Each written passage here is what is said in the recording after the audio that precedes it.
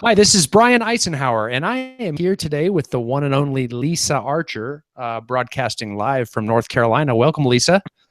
Hi, Brian. How are you?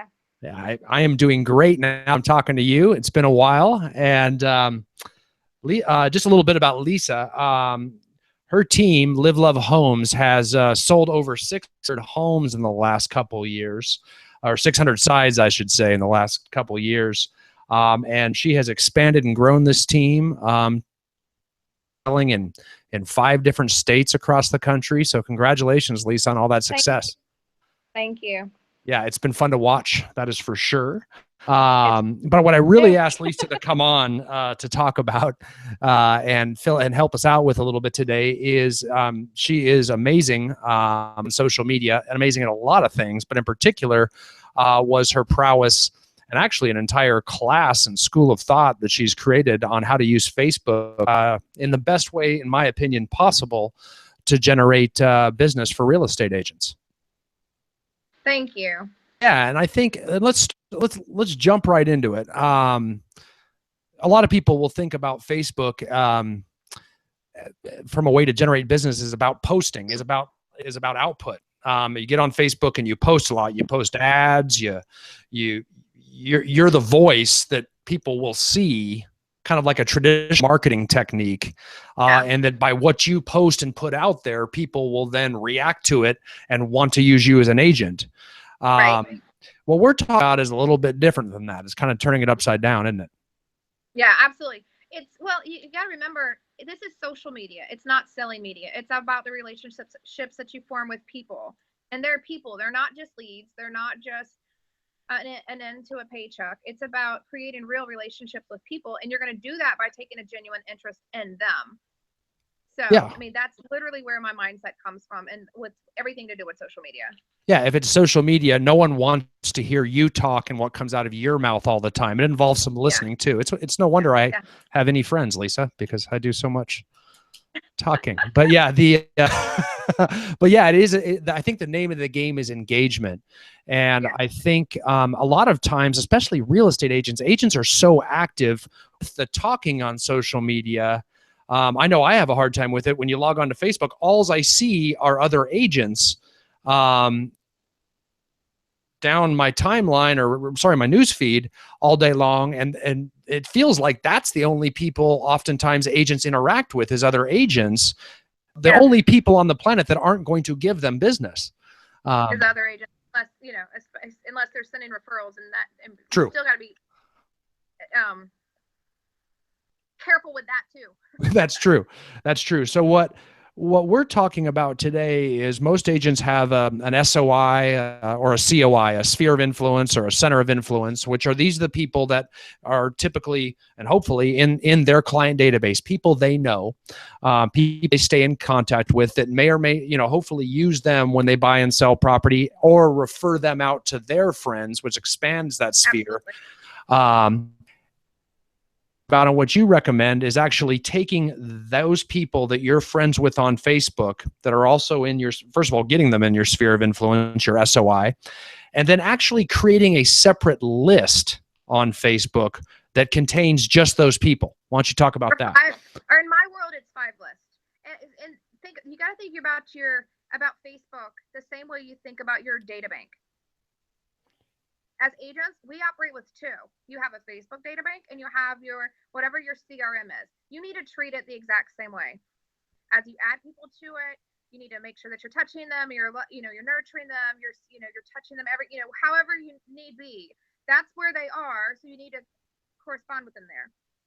When my oldest, who's now 9 or almost 9, was in preschool, I had to come up with a way to get as many contacts in as possible because I wasn't able to start lead gen at 9.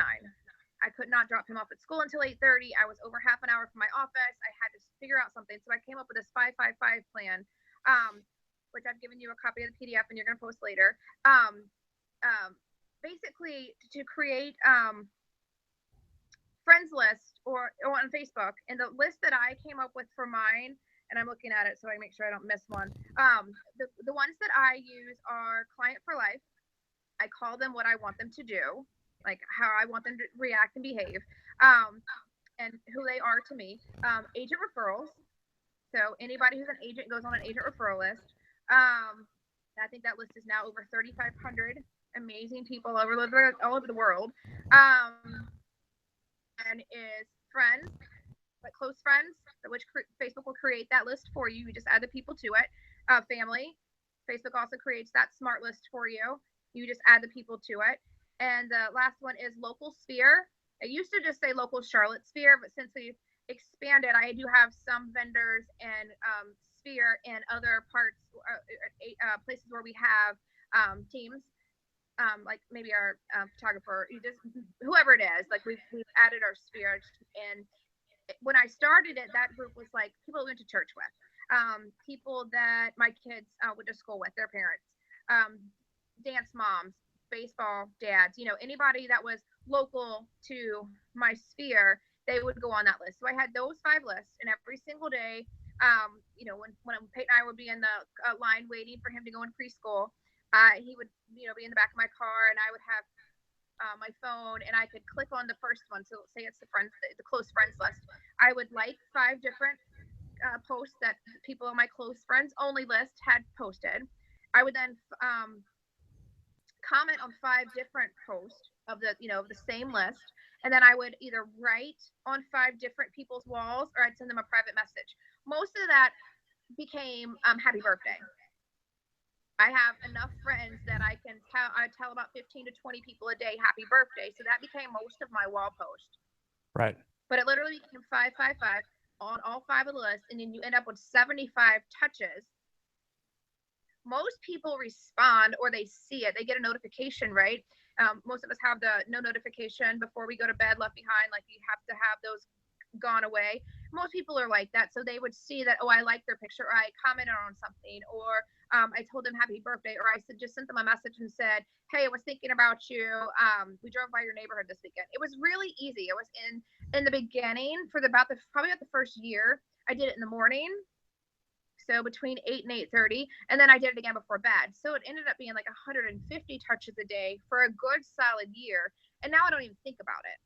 Yeah, and it's so easy. I mean, every time you're gaining mind share, they're seeing Lisa Archer every single time. And it's actually something nice too, because you're not badgering anybody for sales. You're actually spreading cheer. I mean, you are that person. You're saying happy birthday. That can be expanded to congratulations on a new baby. So if somebody had a new baby, I'm immediately going to take my congratulations that I posted online and send them a gift card from Babies R Us in the mail, so then they have something else. Or I will drop a present off if they're close enough that I can drop a present off. Or I'm going to mail them something that I know they'll work. If they got a new job, same thing. I'm going to send them a handwritten note. I take what I do online, offline. The mechanism where I found out about whatever it is because I touch them so much, and they're in a list, and I can go to them every single day and see what's going on in their life. Like I talked about last week, I was in Louisville, and we were heading to Michigan, and we haven't seen my husband's family in a very long time, most of them anyway. So, but I was able to go to the family list last week and quickly catch up because they're on the same list and see what's going on, right? And then it made Thanksgiving easier because I knew what was going on in their life and I could ask about it. Absolutely. And I think that's crucial because it's enabling you. And I think a lot of people don't realize this too, or they're not paying attention. If you do not have your Facebook friends grouped in separate lists, or at least an SOI list, you've got everybody in one news feed, and Facebook gets to choose the priority of which friends posts you see by the ones you click and engage with. And if you just click and engage with a bunch of real estate agents, it's going to shove all your potential clients down below them. Right. So what she's doing when she actually groups them, and she purposefully every single day looks at that list, why is at the top, and she can run through and interact with people and listen and decide when it's appropriate to pull it offline with birthday cards, congratulations cards. You'll actually see people that have flooded everything. Yeah, flooded basements. You can reach out and offer a vendor for help, any type of help that you give. So all you're doing is providing, you're coming from contribution in every way. You're either helping them, congratulations, you're there at a time of need, you're offering help with different, preferred vendors that you may work with. There's a lot of ways Right. to be a helpful, good human, let alone real estate agent.